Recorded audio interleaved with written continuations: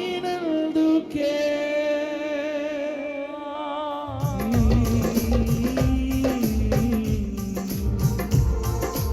చప్పలు కొడదాం గట్టిగా. స్తోత్రం, హల్లెలూయా. గట్టిగా ప్రైజ్ ది లార్డ్, గ్లోరీ. స్తోత్రం.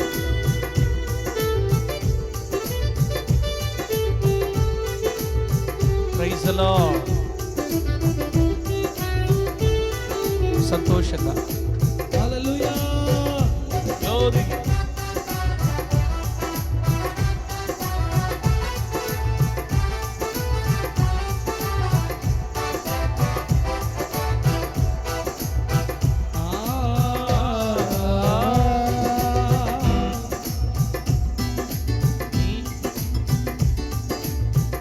నా పక్షమై ఉన్నావని తెలిసెనే ఈ సస్య ఫల సమృద్ధితో చిమ్మ చీకటే నాకు వెలుగాయనే నేను నీ పక్షమైనందుకే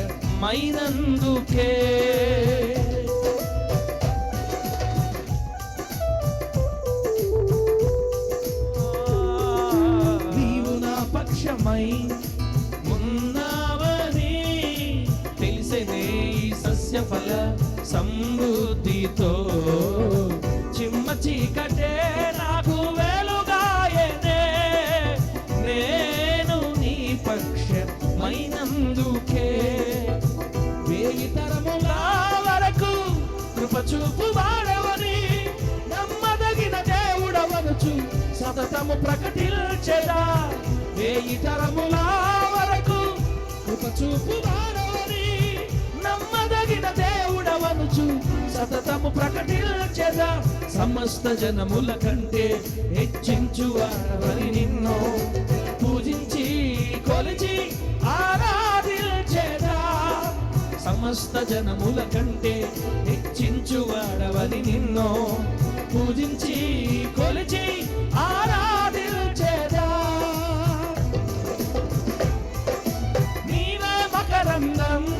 నా నోటికి అతి మధురం, నీ చూపే కిరణం నా హృదికే మనోహరం. నీవే మకరందం, నా నోటికి అతి మధురం, నీ చూపే కిరణం నా హృదికే మనోహరం. తేజో మండల తేజో మండల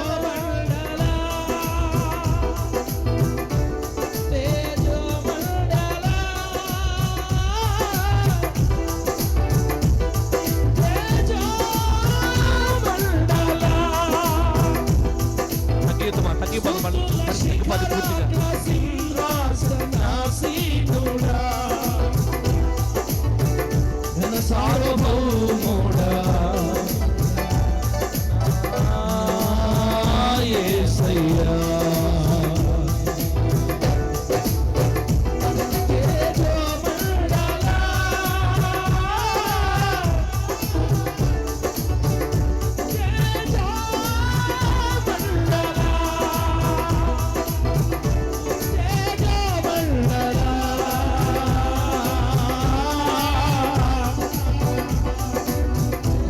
స్వభావంతో కృతజ్ఞత స్వభావంతో లోకాలు వంచగలిగిన వాళ్ళు వంచి, శక్తి ఉన్న వాళ్ళు వంచి, ఆయన చేస్తున్న ఆశ్చర్య కార్యాలు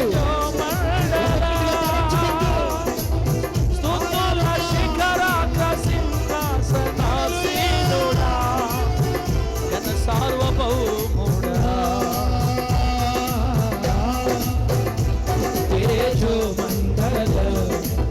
స్తుతుల శిఖరాగ్ర సింహాసనాసీనుడా ఘన సార్వభౌముడా నా యేసయ్యా. తేజో మండల స్తుతుల శిఖరాగ్ర సింహాసనాసీనుడా ఘన సార్వభౌముడా నా యేసయ్యా. ప్రతి జీవి కోరికను నీకు పిలివిప్పి వృత్తి మర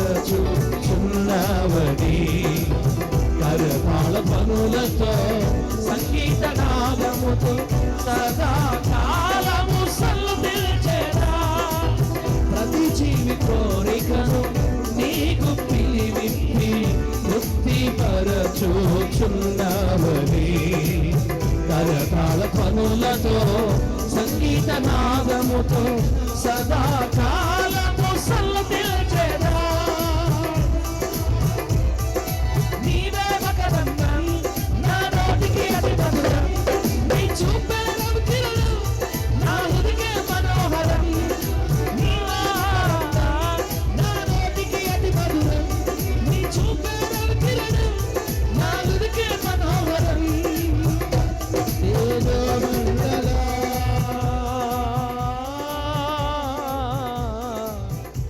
తేజో మండల తేజో మండల స్తుతుల శిఖరాగ్ర సింహాసనాసీనుడా.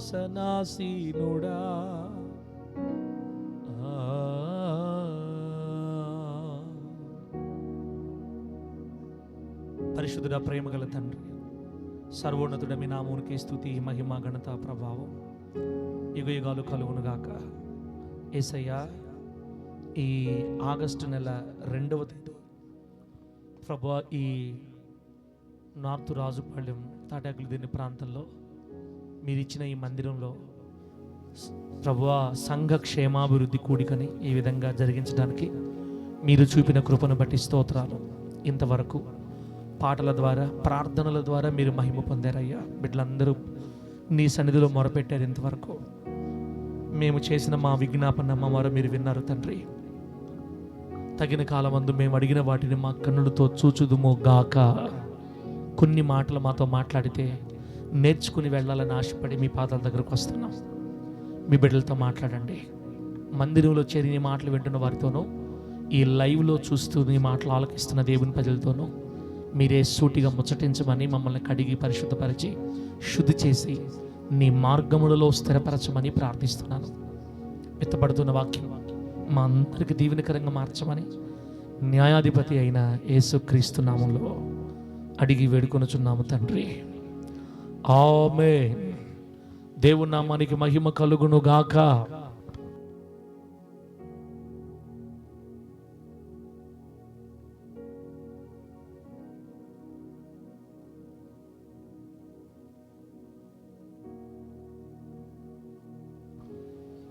దేవుని ప్రియులరా,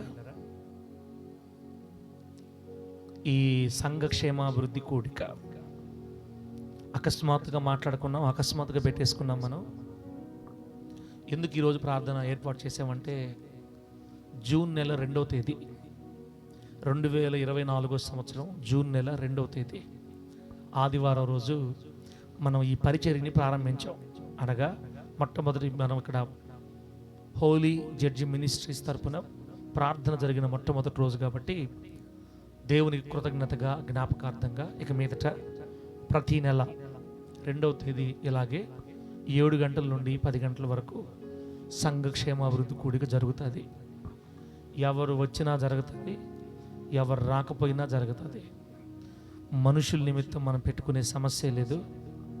వచ్చిన వారు దీవించబడతారు, రానివారు ఇంకా దీవించబడతారు. వచ్చిన వాళ్ళకంటే రానోళ్ళే దీవించబడతారా? కాబట్టి బిడ్డలు మనం ఏమనకూడదు, ఎవరిష్టం వారిది. వచ్చిన మనం ధన్యులవి. దేవుడు మిమ్మల్ని ఆశీర్వదించును గాక. ఈ ప్రార్థనకు చేరి వచ్చిన దేవుని బిడ్డలారా, మీ అందరికీ మరి న్యాయాధిపతి అయిన యేసుక్రీస్తు నామములో, అలాగే లైవ్లో చూస్తున్న బిడ్డలకు కూడా హృదయపూర్వకమైన నిండు వందనాలు. అందరికీ ప్రభు మిమ్మల్ని ఆశీర్వదించును గాక. అలాగే ముత్తుకూరులో ప్రతి నెల 19వ తేదీ ఇలాగే 7 గంటల నుంచి 10 గంటల దాకా సంఘ ఉజ్జీవ లేదా సంఘక్షేమాభివృద్ధి కూటం. అలాగే నెల్లూరు మందిరంలో ప్రతి నెల 12వ తేదీ ఇలాగే సంఘ ఉజ్జీవ మరి సంఘక్షేమాభివృద్ధి కూటం జరుగుతుంది. కలుసుకుందాం. మనం కూడా ఆ రోజున అన్ని మందిరాల్లో కలుసుకుందాం, అందరం కలిసి. రేపు ఆదివారం ప్రకటిస్తాను నేను. 2వ తేదీ ఇక్కడ, 12వ తేదీ నెల్లూరు, 19 ముత్తుకూరు. అన్నీ కూడా ప్రతి డేట్ కూడా 12వ తేదీ నెల్లూరులో పరిచయం ప్రారంభించిన రోజు. అలాగే ప్రతిదీ మనకి గుర్తుగా ఉంది. కలుసుకుందాం. దేవుడు ఈ కార్యక్రమాన్ని ఆశీర్వాదకరంగా మార్చి వర్ధిల్ల చేయను గాక.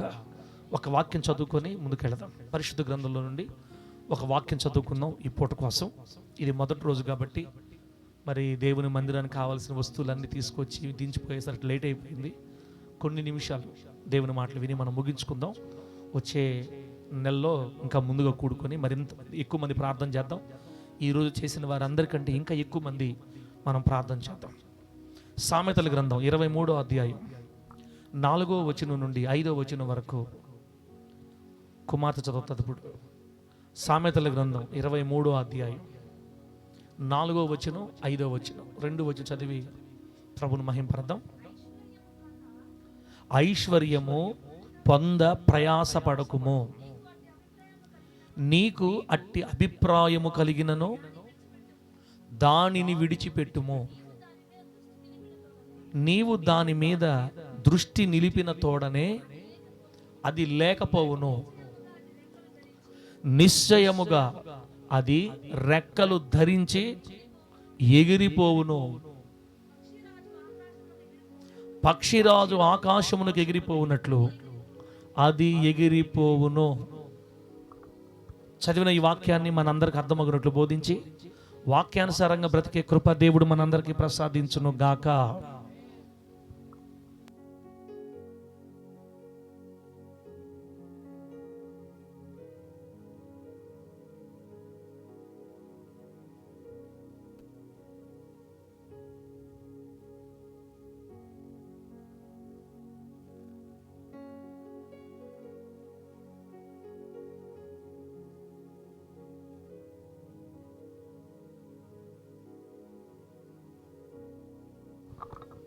ప్రభు నామానికి మహిమ కలుగును గాక. దేవుని బిడ్డలారా, చదివినటువంటి వాక్య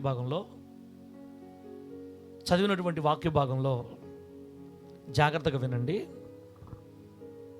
చదివిన వాక్య భాగంలో మనకి ఏం అర్థమవుతుందంటే, ఐశ్వర్యము పొందడానికి ప్రయాసపడొద్దు, డబ్బును సంపాదించుకోవటానికి మీరు ప్రయాసపడొద్దు, ఆస్తులు సమకూర్చుకోవడానికి మీరు మనసు పెట్టుకోవద్దు. ఈ భూలోకంలో లక్షలాది కోట్లాది రూపాయలు సమకూర్చుకోవడానికి, ఆస్తిపాస్తులు కూర్చుకోవడానికి, ఐశ్వర్యము పొందడానికి మీరు ప్రయాసపడొద్దు.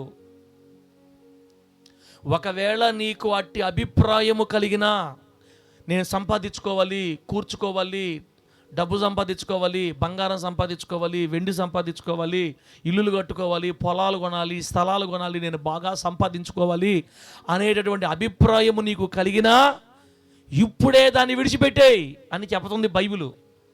ఇశ్రాయేల్ భాష చెప్పట్లేదు ఈ మాట. ఎవరు చెప్తున్నారు? బైబిల్ చెప్తుంది ఆ మాట. అట్టి అభిప్రాయము నీకు కలిగిన దాన్ని విడిచిపెట్టు. ఎందుకు విడిచిపెట్టాలి? ఎందుకు వదిలేయాలి? అసలు ఆశ ఎందుకు వదిలేయాలి అంటే, అక్కడ రాయబడింది, ఐశ్వర్యానికి కానీ ధనానికి కానీ అంట రెక్కలు ఉంటాయంట. చెప్పండి, డబ్బుకి ఏముంటాయి? రెక్కలు. అందుకే చూడండి, 100 రూపాయల కాగితం నీ దగ్గర ఫస్ట్ నుంచి ఇప్పుడు దాకా 100 రూపాయల కాగితం ఉందన్నా, కొంతమంది ఉండదనే దాచిపెట్టుకుంటారు. ఆ పాత కాగితాలు తీసి పెట్టుకొని ఇది పోకూడదు, దీన్ని ఎగరనీయకూడదని రెక్కలు విరిచేసిన దానిలాగా ప్యాకెట్లోనో పర్సుల్లోనూ పెట్టుకొని తిరుగుతూ ఉంటారు. రెక్కలు విరిచేసి దాన్ని వాడరు, దాన్ని బయట వాడరు. అది గుర్తు కోసం పెట్టుకుంటారు. 10 రూపాయల కాగితాలు, 100 రూపాయల కాగితాలు. కొంతమంది అబ్బా ఎంత చక్కగా రాశాడు దేవుడు. డబ్బుకి రెక్కలు ఉంటాయి, ధనానికి రెక్కలు ఉంటాయి, ఎగిరిపోద్ది. మన దగ్గర ఉన్న 100 రూపాయల కాగితం ఎంతసేపు వెళ్ళిపోద్ది మన దగ్గర నుంచి? ఎంత తొందరగా వెళ్ళిపోద్ది మన దగ్గర నుంచి? అలా బయటికి పోయామంటే ఎగిరిపోద్ది ఇంకో దగ్గరికి. సరే, వాళ్ళ దగ్గర ఏమన్నా అట్టే ఉంటుందా? వాళ్ళ దగ్గర ఎగిరిపోద్ది. ఈరోజు మన దగ్గర ఉన్న 100 రూపాయలు నిన్న ఇంకొకరి దగ్గర ఉండింది, అక్కడ నుండి ఎగిరి ఎక్కడికి వచ్చింది? మన దగ్గరకు వచ్చింది. రేపు మన దగ్గర నుంచి ఎగిరి ఇంకో దగ్గరికి వెళ్ళిపోద్ది. అందుకే ప్రభు చెప్తున్నాడు, ఐశ్వర్యానికి రెక్కలు ఉన్నాయి. ఇంకోసారి చదువుదాం అన్నమాట. ఐశ్వర్యము పొంద ప్రయాస పడకము, అట్టి అభిప్రాయము కలిగిన దాన్ని విడిచిపెట్టుము. నీవు గనక ఐశ్వర్యం మీద, ఆ డబ్బు మీద, ఆ ధనం మీద, వెండి బంగారాల మీద నువ్వు దృష్టి నిలిపితే, ఆ నిలిపిన వెంటనే అది నీకు దొరకదు. ఎందుకు దొరకదు? ఎందుకు అక్కడ ఉండదంటే అది నిశ్చయంగా రెక్కలు ధరించి ఎగిరిపోద్ది. పక్షి రాజు ఎగిరిపోయినట్లుగా అంటే గద్ద డేగ ఎలాగైతే ఎగిరి వెళ్ళిపోద్దో, మన ఐశ్వర్యం పొందాలనుకున్నా, డబ్బు సంపాదించుకోవాలనుకున్నా, కూర్చుకోవాలనుకున్నా, మనం డబ్బు వెనక పరిగెత్తుతుంటే ఆ డబ్బు మన కళ్ళ ముందే గద్ద ఎగిరిపోద్ది. అందుకని ఇప్పుడు ఏం చేయాలి పాస్టర్ గారు, ఏం చెప్పాలనుకుంటావు మాకు నువ్వు? దేవుడు మనకి ఈరోజు ఏమి నేర్పించాలనుకుంటాడంటే, ఈరోజు నేను మీకు ఏమి చెప్పాలని కోరుకున్నానంటే మూడు విషయాలు గుర్తుపెట్టుకోండి. వ్యయమైపోయే ధనం, ఖర్చు అయిపోయే జీవితం. చెప్పండి, వ్యయమైపోయే ధనం, ఖర్చు అయిపోయే జీవితం, శాశ్వతమైన రాజ్యం. ఈ మూడిట్లో నువ్వేం సంపాదించుకుంటావు? అది వ్యయమైపోయే ధనాన్ని సంపాదించుకుంటావా, ఖర్చు అయిపోయే జీవితం కొరకు ప్రాకులాడతావా, శాశ్వతమైన రాజ్యాన్ని సంపాదించుకుంటావా? దేవుడు ఏమంటున్నాడంటే, డబ్బు వెనక మీరు పరిగెత్తొద్దు, అది మీకు దొరకదు, మీ దగ్గర ఉండదు కూడా. దాని కొరకు ఎందరో పరుగెత్తి తాము పొడుచుకున్నారు, అది ఎవరికి దొరకదు. ఉన్నా కూడా కొంతకాలం ఉండి ఎగిరిపోద్ది. ఎంత చక్కని మాట. నిన్న వేరొకరిది డబ్బు, ఈరోజు మనది, రేపు ఇంకొకరిది. ఇంకో మాట ఏంటంటే, ధనము వ్యయమైపోద్ది, ఖర్చు అయిపోద్ది. లోకాసు వార్తలో యేసుక్రీస్తు ఉపమానం చెప్పారు, చిన్న కుమారుడు ఉపమానం. చిన్న కుమారుడు తండ్రి దగ్గర నుంచి డబ్బు అంతా, ఆస్తిని తీసుకుపోయి ఆ ఆస్తిని అంతా ఖర్చు చేసేసాడంట. డబ్బు వ్యయమైపోద్ది ఖచ్చితంగా. ధనము మన దగ్గర వ్యయమైపోద్ది, కరిగిపోద్దండి. ధనము వ్యయమైపోద్ది, ఖర్చు అయిపోద్ది, తరిగిపోద్ది. అలాగే మన జీవితం కూడా ఖర్చు అయిపోద్ది. మన ఆయుష్ ఎంతకాలం 60 సంవత్సరాలు లేదా 70 సంవత్సరాలు, అధిక బలం ఉంటే 80. అంటే ఆటోమేటిక్గా దినదినం గడిచే కొలది మన జీవితం కూడా ఖర్చు అయిపోతుంది, తరిగిపోతూ ఉంది. జీవితం ఖర్చు అయిపోద్ది, డబ్బు వ్యయమైపోద్ది. అయితే ఈరోజు మానవులు దేనికోసం పరిగెత్తుతున్నారు?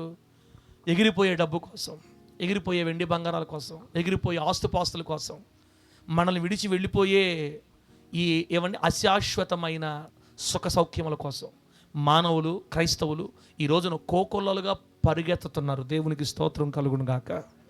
చెప్పండి గట్టిగా హల్లెలూయా. వ్యయమైపోయే లేదా రెక్కలు ధరించి ఎగిరిపోయే డబ్బు సంపాదించుకుంటావా ఈ లోకంలో?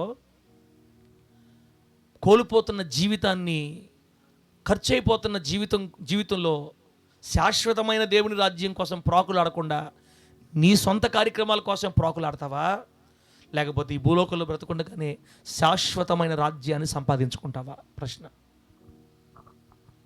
బిడ్డలారా, సామెతల గ్రంథం 27వ అధ్యాయం 4వ వచనంలో ఏముందంటే, సామెతల గ్రంథం 27వ అధ్యాయం 4వ వచనంలో ఏముందంటే, ధనము శాశ్వతము కాదు. ఆమేనండి.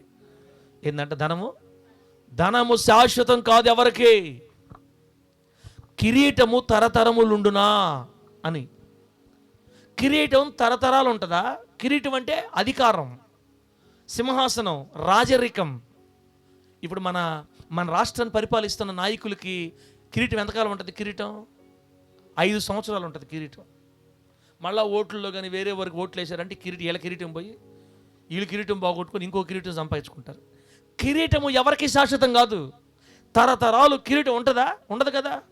కొంతకాలమే అధికారం మనలో ఉండేది. కాబట్టి కొంతకాలం ఉండే అధికారం కొరకు ఎందుకు ఇంత తాపత్రయపడుతున్నారు? కొంతకాలం ఉండే అధికారాల కొరకు, ధనము కొరకు ఎందుకు ఇంత ప్రాకులాడుతున్నారు? ధనము శాశ్వతం కాదు, కిరీటము తరతరములుండునా. దేవుడు ఇంత చక్కగా డబ్బు నీకు శాశ్వతం కాదు, అధికారం నీకు శాశ్వతం కాదని చెప్పినప్పుడు ఇక మానవుడు దేనికోసం పనిచేయాలా? దేనికోసం బ్రతకాలి ఈ లోకంలో? బిడ్డలారా, మనం గుర్తుపెట్టుకోవాలి. ఈరోజు మనం పరిగెత్తేది ఏది మనకు శాశ్వతంగా గుర్తుపెట్టుకోండి. నెంబర్ 1, ధనము మన దగ్గర ఉన్నా అది వ్యయమైపోద్ది, మన దగ్గర నుంచి ఎగిరి వెళ్ళిపోద్ది, తరిగిపోద్ది.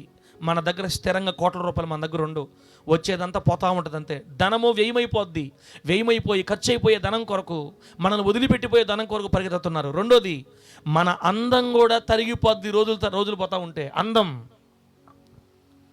దీవెనక్క పెళ్ళైన వయసులో ఉన్నప్పుడు అందం ఇప్పుడుందా? లేక పెళ్ళైనప్పుడు ఉన్న అందం ఇప్పుడుందా? దీవెనక్క ఎట్టుండేది పెళ్ళైనప్పుడు? ఎంత బాగుండేది. ఇప్పుడు వచ్చేసి మనవరాలు పుట్టేశారు, ఇప్పుడు అవ్వ అయిపోయింది. ఇంకొక 5-10 సంవత్సరాలు అయిందంటే ఇంకా మనం డ్రమ్ము పెట్టుకొని పెట్టుకోసం రెడీగా ఉండాలి. ఎప్పుడు దేవుడు పిలుస్తాడా, పెట్టి ఎప్పుడు చేయాలని మనం ఇంకా రెడీ, తప్పదు. ఎవరికైనా అంతే. 10 సంవత్సరాల దాకా ఎవరికి గ్యారెంటీ ఉందిలే, దేవుడు ఇప్పుడు పిలిచిన బాల్. మనం దినాలతో పాటు అందం కూడా కరిగిపోతుంది. అందం కోసం ప్రాకులు ఆడతారు మనుషులు. లేనిపోని అందాన్ని తగిలించుకొని మొత్తం తగిలించుకొని చేస్తుంటారు. ధనము తరిగిపోద్ది, ధనం వ్యయమైపోద్ది, ఎగిరి వెళ్ళిపోద్ది. అందము ఖర్చు అయిపోద్ది లేదా తరిగిపోద్ది మనకి. మూడోది, మన బలము కూడా కరిగిపోద్ది. దేవునికి స్తోత్రం కలుగును గాక. ఏం తరిగిపోద్దనా? మన బలం కూడా ఖర్చు అయిపోద్ది. యవన వయసులో ఉన్న బలం 50 సంవత్సరాల తర్వాత ఉంటుందక్క? ఉండదు. అప్పుడు బలం వేరు, ఇప్పుడు బలం వేరు. బలము కూడా తరిగిపోద్ది. మానవుని బలం సంవత్సరాల వయసుతో పాటు తరిగిపోద్ది. అన్నీ తరిగిపోయాయే, అన్నీ ఖర్చు అయిపోయాయే, అన్నీ వ్యయమైపోయాయే. కానీ మానవుడు ఎందుకో వీటి కోసం పరిగెత్తుంటాడు. బోర్నవిటా తినాలా, గ్లూకోజ్ తాగాలా, నేను బలంగా ఉండాలా. పండ్లు తినాలా, నేను బలంగా ఉండాలా. ఎన్ని పండ్లు తిన్నా, ఎన్ని ఫ్రూట్స్ తిన్నా, ఎన్ని బోర్నవిటాలు తాగినా, లేకపోతే ఎన్ని తాగినా, టైం వచ్చే కొలది, టైం పోయే కొలది ఆటోమేటిక్గా మన బలం క్షీణించిపోద్ది. ఒళ్ళు ముడతలు, చర్మం ముడతలు పడుతుంది, పొళ్ళు రాలిపోతాయి, ఎడుగులు తెల్లబడతాయి. ఒకప్పుడు బాగా మాట్లాడినప్పుడు ఉఫ్ ఉఫ్ అని గాలిపోతుంటుంది. అన్నీ అయిపోతాయి. లాస్ట్ మాట, ధనం తరిగిపోద్ది, అందం కరిగిపోద్ది, బలము తరిగిపోద్ది, అధికారం కూడా మన దగ్గర నుంచి తరిగిపోద్ది. ఏది ఈ లోకంలో శాశ్వతమో కాదు. యేసయ్య ఎంత చక్కగా మనకు చెప్పేటప్పుడు లైవ్లో చూస్తున్న ఓ తమ్ముడా, ఓ చెల్లిలా, ఓ అక్క, బెదరు, సిస్టరు, ఇన్ని మన దగ్గర ఏది ఉండదు, అన్నీ ఖర్చు అయిపోయాయి, అన్నీ మనం వదిలిపెట్టిపోయాయి, ఏది మన దగ్గర శాశ్వతంగా ఉండదని తెలిసినప్పుడు ఇక వీటి కొరకు మనం ఎందుకు ప్రయాసపడాలా? మనం దేనికోసం ప్రయాసపడాలంటే ఈ భూలోకంలో బతుకున్నప్పుడే శాశ్వతమైన రాజ్యాన్ని సంపాదించుకోవటానికి మనం ప్రయాసపడాలి. దేవునికి స్తోత్రం కలుగును గాక. సొలొమోను గారి కంటే ధనవంతులు ఉన్నారన్నా తిమోతన్న బైబిల్లో? సొలొమోను గారి కంటే డబ్బున్నోడు ఎవరైనా ఉన్నారా?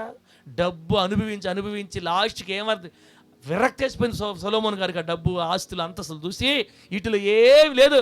అసలు సొలొమోను గారు ప్రసంగం మంగం చదివితే ఏమంటాడంటే, వ్యర్థము సమస్తం వ్యర్థం చెప్తుంటాడు ఆయన.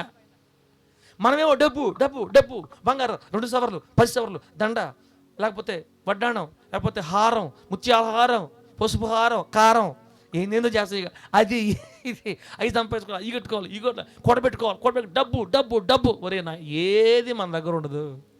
అన్నీ మనలో ఒకరోజు అన్నీ వదిలిపెట్టి వెళ్ళిపోతాయి. ధనము శాశ్వతం కాదు. కిరీటం తరతరాలు ఉంటుందా? ధనం తరిగిపోద్ది, అందం తరిగిపోద్ది, బలము తరిగిపోద్ది, అధికారం మన దగ్గర నుంచి వెళ్ళిపోద్ది. ఏది మన దగ్గర శాశ్వతంగా ఉండదు. అట్లాంటి దానికి ఎందుకు ఈ పరుగులు? అట్లాంటి దానికి ఎందుకు ఈ హుషారు? అటువంటి దానికి ఎందుకు ఏం చేయాలని? ప్రపంచాన్ని పరిపాలించి గడగడలాడించిన వీరులు ఉన్నారు మనకి, చక్రవర్తులు, రాజులు ఉన్నారు. ప్రపంచాన్ని నెబుకద్నెజర్ రాజు అప్పట్లో బైబిల్ కాలంలో మొట్టమొదటిగా ఈ సామ్రాజ్యాన్ని ఈ భూమి మీద లేదా ఈ భూమి మీద మొట్టమొదటి దేశాలు జయించి రాజ్యాన్ని స్థాపించింది బబులోనీయులు, నెబుకద్నెజర్ గారు. అప్పుడు ఏమండి 127 దేశాలకు చక్రవర్తి. ఇప్పుడు ఆయన ఉన్నాడా? ఆయన అధికారం ఉందా? ఆయన కిరీటం ఉందా? వాళ్ళ సంతానం ఎట్టిపోయింది, అడ్రస్ లేదు. ఒకప్పుడు ఉండేది, ఇప్పుడు ఎందుకున్నారు? ఇప్పుడు వాళ్ళ కుటుంబాలు ఎవరన్నా, ఎవరికి అధికారం లేదు వాళ్ళకి. ఒకప్పుడు చెప్పుకుంటున్నాం చరిత్రలో, రోమీయులు వచ్చారు, రోమా పరిపాలన వచ్చింది, రోమన్స్ పరిపాలించారు, 600 సంవత్సరాలు పరిపాలించారు ఈ భూమిని. వాళ్ళు ఏమైనా స్థిరంగా ఉన్నారా? వాళ్ళు పోయారు, కలిసిపోయారు గాల్లో. కిరీటం ఎవరికి తరతరాలు ఉండదు. దేవుడికి స్తోత్రం కలుగును గాక. గ్రీకులు వచ్చారు, గ్రీకులు కొంతకాలం పరిపాలించారు, వాళ్ళు పోయారు.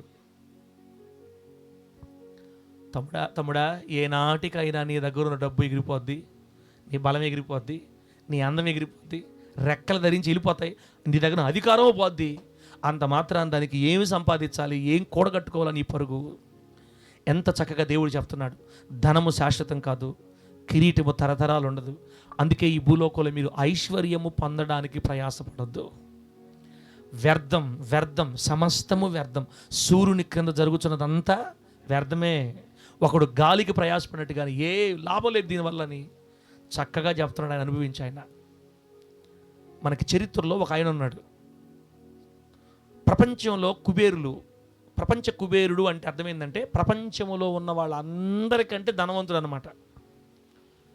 ఈ భూమి మీద ఉన్న ధనవంతులు అందరిలో గొప్పవాళ్ళు ఒక 10 మంది, టాప్ 10 ప్రపంచ కుబేరుల్లో 10 మందిలో ఒకడనమాట. స్టీవ్ జాబ్స్ అతని పేరు. స్టీవ్ జాబ్స్ లక్షల కోట్ల రూపాయలు, లక్షల కోట్లకు అధిపతి, వ్యాపారవేత్త, వ్యాపార దిగ్గజం. అతను అనుకున్నాడంటే నా జీవితంలో ఇంకా నాకు ఇబ్బంది లేదు, ఇంకా లక్షల కోట్లు సంపాదించుకున్నా, ప్రపంచం నా ముందు కాళ్ళు వంచుతుంది, ప్రపంచం నా ముందు తల వంచుతుంది, నేనే ప్రపంచాన్ని శాసిస్తాను అనుకున్నాడంట. పిల్లరా, కరెక్ట్గా 60 సంవత్సరాలు దాటిన తర్వాత భయంకరమైన క్యాన్సర్ జబ్బు వచ్చేసింది. ఏ జబ్బనా? క్యాన్సర్. 60 సంవత్సరాలు దాటింది అతనికి. కోటీశ్వరుడు, కోట్లకు పడగలెత్తిన కోటీశ్వరుడు, కుబేరుడు, ప్రపంచంలో కల్లా రిచెస్ట్ పర్సన్, టాప్ 10. క్యాన్సర్. తన దగ్గర డబ్బు తక్కువే ఉంది. ప్రపంచంలో ఫేమస్ డాక్టర్లు అందరినీ పిలిపించాడు, అంతే. డబ్బు తక్కువ లేదు కదా. ప్రపంచంలో ఫేమస్ హాస్పిటల్లోకి వెళ్ళి ఏమైనా చేయండి, నాకు తగ్గిపోవాలా. ప్రియులారా, సకల ప్రయత్నాలు చేశారు డాక్టర్లు, దాన్ని ఏదో చేయాలా తెలియజేయాలి. ఎన్ని చేసినా రోజు ఏ మెడిసిన్ ఆపలేకపోయింది. సరిగ్గా 63-64 సంవత్సరాలు వయసు వచ్చేసరికి పడక మీద నుండి కూడా కిందకి దిగలేనంత స్థితికి వెళ్ళిపోయాడు, అంతే. మంచం మీద నుంచి కిందకు కూడా దిగలేడు, 1-2 మొత్తం మంచంలోనే. 64 సంవత్సరాల వయసుకి తన పడక మీదే కూర్చొని ఎన్నో రాత్రులు దిగులు పడ్డాడంట, ఎన్నో రాత్రులు ఏడుపంట, ఎన్నో రాత్రుల మనోవేదన. దేనికోసం నేను పరిగెత్తాను, దేనికోసం ఈ పరుగు, ఏం లక్షల కోట్లు ఇప్పుడు నాకు దేని పనికి వస్తాయి. డాక్టర్లు అంటున్నారు మేము ఇంకేం చేయలేమండి, వీఆర్ హెల్ప్లెస్. మేము చేయవలసిన వైద్య శాస్త్రంలో చేయాల్సిన ప్రయత్నాలన్నీ చేసాం. నీ బాడీ ఇంక దేన్ని తట్టుకోలేకపోతుంది, ఇంకెవరు ఏం చేయలేరు, ఇక నువ్వు వెళ్ళటమే, టైం అయిపోయింది నీకని. ఆయన 2011 సంవత్సరం చనిపోయాడు. 2011లో ఆయన చనిపోయే ముందు డైరీలో ఈ మాట రాశాడు. ఎవరి గురించి చెప్తున్నాను నేను? ఎవరి గురించి? ప్రపంచ కుబేరులలో 10 మంది, మొదటి 10 మందిలో ఒక అతని గురించి చెప్తున్నా, స్టీవ్ జాబ్స్. అతను తన డైరీలో ఈ మాట రాసి చచ్చిపోయాడంట. ఆ మాటని ప్రపంచమంతా ప్రకటించినప్పుడు ఆయన ఏం రాశాడంటే, వ్యాపార జగత్తులో అనగా వ్యాపార ప్రపంచంలో నేను శిఖరాన్ని చేరుకున్నాను, విజయానికి ప్రతీకగా నేను నిలిచాను. పని తప్ప వేరే ఆనందం నాకు తెలియదు. పని పని పని పని పని సంపాదన, నాకు వేరే ఆనందమే తెలియదు. సంపాదనకే నేను అంకితమైపోయాను. ఇప్పుడైతే మరణశయ్య మీద రోజులు లెక్క పెట్టుకుంటున్నా, మరణ పడక మీద రోజులు లెక్క పెట్టుకుంటున్నా. నేను ఒక్కసారి నా జీవితాన్ని పరిశీలన చేసుకున్నాను. ఇన్నాళ్ళు నేను గర్వపడినటువంటి, నా గర్వానికి కారణమైన డబ్బు, పేరు, సంపాదన, ఘనత, నాకు లభించిన ఆధిక్యతలన్నీ కూడా ఈ దినాన ఈ మరణ పడక మీద నాకు ఎందుకు పనికి రావని అర్థమైపోయింది ఇప్పుడు నాకు. ఇన్ని సంవత్సరాలు నేను సంపాదించిన డబ్బు, సంపాదన, పేరు, ప్రఖ్యాతి, గౌరవం, ఆస్తి నాకు ఇప్పుడు ఈ పడక మీద ఏది కూడా అక్కరకు రావట్లేదు. కోట్ల రూపాయల డబ్బు ఉంది. ఒరే నన్ను బాగు చేయండి అంటే నా డబ్బు ఇప్పుడు నాకు అక్కర రావడంలా, నా డబ్బు ఇప్పుడు నాకు ఉపయోగపడటంలా. లక్షల కోట్లైనా పోస్తాను, నన్ను బతికిస్తానంటే, కానీ నా డబ్బు ఇప్పుడు నా ప్రాణాన్ని కాపాడడానికి అక్కర రావడం లేదు. ఏం చేసుకోవాలి నా డబ్బు అంతా? అందుకే బైబిల్లో కూడా ఉంది, ధనము మనకి నాశన దినాన లేదా మన అంతంలో ధనము అక్కగా రాదు, మనకి ఉపయోగపడదు. డబ్బు ఎంత డబ్బైనా ఉండని, ప్రాణం పోతున్న దినాలలో అసలు మనకి దేనికి ఉపయోగపడదా డబ్బు? కరోనా వచ్చినప్పుడు ఒక్కొక్కరి దగ్గర లక్షలు ఉన్నాయి అన్న, ఉపయోగపడిందన్న డబ్బు వాళ్ళకే. డబ్బు ఏం చేసుకోవాలా? ఒరే బయటికి రాబాకండి అని చెప్తాను. కొనుక్కోవడానికి లేదు, బయటికి పోవడానికి లేదు, భోజనానికి లేదు. డబ్బు ఉంది, ఇచ్చేవాళ్ళు లేరు. గాలిని కొనుక్కున్నాం మనం, గాలిని కొనుక్కొని బతికేం పెట్టారా. రాబోయే రోజులు భయంకరమైన దినాలు. ఇంకా మనకి కొత్త రోగాలు, వ్యాధులు వస్తాయి. శరీరమే రోగాల గంప. మానవుడు చేస్తున్న పాపాన్ని బట్టి రకరకాల వ్యాధులు చేస్తున్నాయి భూమి మీదకి. చైనా వాళ్ళు తిని దేవుడు తినొద్దని చెప్పిన అన్నీ తిని కొత్త జబ్బులు చేస్తున్నారు ప్రపంచం మీదకి. ఏం తినాలో ఏం తినొద్దో దేవుడు బైబిల్ రాయించి పెట్టాడు. అవి తింటే చాలదా? కుక్కలు, నక్కలు, పురుగులు, తేళ్ళు, పాములు మొత్తం తిని కొత్త కొత్త జబ్బులు తెస్తున్నారు భూమి మీదకి. అందువల్ల ఇంకా తొందరగా పోతున్నారు మనుషులు. మన దగ్గర కోట్ల రూపాయల డబ్బులు ఉన్నా, లక్షల రూపాయల డబ్బులు ఉన్నా, ప్రాణం పోయే పరిస్థితులు నీ డబ్బు నీకు దేనికి పనికి రాదు. మరి దానికోసం ఎందుకు అంత పోరాటం, అంత ఆరాటం, అంత ప్రయాస? దేవుడిని పక్కన పడేసి, ఇక్కడ ప్రార్థనలు పక్కన పడేసి, ఆదివారాలు పక్కన పడేసి, ఆదివారాలు విసర్జించి, దేవుని మందిరాలు పక్కన పడేసి, నాకు దేవుడు కాదు కావాల్సి డబ్బు డబ్బు డబ్బు డబ్బు. సచ్చేటప్పుడు దేనికి పనికిరాదు. మైండ్ లేనోడా, నీ ప్రాణం పోయేటప్పుడు ఒక్క రూపాయి కూడా, ఏ లక్షల రూపాయలు నీకు ఏం పనికిరావు అని మనం అన్నామంటే ఊరికి నచ్చదు, కొంతమంది నచ్చదు. ఆయన అన్నాడు, ఇన్నాళ్ళు నేను గర్వించిన నా డబ్బు, నా పేరు, నా సంపాదన, నా ఘనత, నాకు లభించిన యాధికతలన్నీ కూడా ఈ దినాన ఈ మరణ పడక మీద నాకు దేనికి పనికి రాలేదని ఇప్పుడు అర్థమైంది నాకు. డబ్బు వెనక పెట్టే పరుగులు నన్ను ఒక మర మనిషిలాగా మార్చేసింది. డబ్బు ఒక రోబోలాగా మార్చేసింది నన్ను. పైకి నిద్రలేయటం, సంపాదన కోసం పరిగెత్తడం, నిద్రలేయటం, సంపాదన రోబో అయిపోయా నేను. డబ్బు వెనక పరిగెత్తి రోబో అయిపోయా. నాకు అర్థం కాల ఆ రోజున. మర మనిషిలాగా మార్చేసింది నన్ను డబ్బు. నేను సంపాదించిన ఈ డబ్బు ఈరోజు నాకు అక్కర్రాలా, నా ప్రాణాన్ని నిలబెట్టలేదు, నాకు ఓదార్పునివ్వలేదు, నాకు ప్రాణం పోయలేదు. నా ఆస్తులు, నా అంతస్తులు, నా లక్షల కోట్లు నాకు ఈరోజు దేన్ని నా ప్రాణం బ్రతికించలేదని ఆయన ఏడుస్తూ చచ్చిపోయాడు 60 సంవత్సరాల వయసులో. ఇంకొక ఆయన కూడా తెలుసు, మనందరూ తెలుసు, ప్రపంచాన్ని డ్యాన్స్ చేత ఊపాడంతే మనిషి. Dance, pop dancer Michael Jackson ప్రపంచాన్ని డ్యాన్స్ చేత ఊపాడంతే. ఆయనకి 100 సంవత్సరాలు బతకాలనో 120 సంవత్సరాలు బతకాలని ఆశ అంట. 100, 120, నేను 120 సంవత్సరాలు బతకాలని 50 మంది డాక్టర్లు హైర్ చేసుకొని తన డబ్బుతోటి ఇంక ఎవరి దగ్గర అతని దగ్గరే చేయాలి వాళ్ళంతే. 50 మంది డాక్టర్లు, 50 మందో 10 మందో, 10 నుంచి 50 మంది లోపు అనుకుందాం. డాక్టర్లు పెట్టుకుంటాను నేను నిత్య యవనంగా ఉండాలి. డబ్బు ఎక్కువైతే అంతే. డబ్బు ఎక్కువైతే లేనిపోని కోరికలు వస్తాయి. లక్షాధికారులు, కోటీశ్వర్లు అయ్యామంటే దేవుడిలే, ఇంక యేసు రక్తమే జయమంతే. నేను ఎక్కువ సంవత్సరాలు బతకాల. ఏమనుకున్నాడో మొత్తం మీద 52 సంవత్సరాలకి హల్లెలూయా. పాయిజన్ పెట్టి పాయిజన్ ఇంజెక్షన్ ఇచ్చి చంపేశారని కొంతమంది. మొత్తం మీద 52 సంవత్సరాలకి జీవితాన్ని ముగించి వెళ్ళిపోయాడు. అతని లక్షలు, కోట్లు, ఆస్తులు ఆయన్ని బతికించలేకపోయాయి. ఆ పాయిజన్ తీసుకున్నప్పుడు బతికించమని డాక్టర్లు కాళ్ళ వేళ్ళబడి ఏడిస్తే డాక్టర్లు శతప్రయత్నాలు చేశారు. మా వల్ల కాదు, సారీ అని చెప్పారు. మైకేల్ జాక్సన్ యొక్క లక్షల కోట్లు అతనికి ఉపయోగపడాలి లాస్ట్లో, డబ్బు ప్రాణం పోయేటప్పుడు. దీవెనక్క మనం సంపాదించుకున్న డబ్బు రేపు మనం ప్రాణం పోయేటప్పుడు మనకు ఉపయోగపడదు. కొంతవరకు నీకు ఆనందాన్ని ఇవ్వచ్చు, కొన్ని రోజులు నీకు సౌఖ్యాన్ని ఇవ్వచ్చు, కొంతవరకు నేను ఒక లగ్జరీగా నేను నిలబెట్టవచ్చు. డబ్బు కొన్నిట్లో నీకు ఉపయోగపడినట్టు అనిపించవచ్చు, కానీ డబ్బు మన దగ్గర ఉండదు, ఎగిరిపోద్ది. అసలు దాని మీద కానీ మైండ్ పెట్టుకున్నామా, దాని మీద దృష్టి నిలిపిన తోడనే ఎగిరిపోద్దంట. అందుకే ప్రభు చెప్తున్నాడు, శాశ్వతమైన రాజ్యం సంపాదించుకుంటావా, ఖర్చు అయిపోయే జీవితం కోసం ప్రాకులాడతావా, వ్యయమైపోయే ధనం కోసం ప్రాకులాడతావా, శాశ్వతమైన రాజ్యం కోసం ప్రాకులాడతావా? నీ చాయిస్. ప్రభు నామానికి మహిమ కలుగును గాక. చెప్పండి గట్టిగా హల్లెలూయా, చెప్పండి గట్టిగా హల్లెలూయా.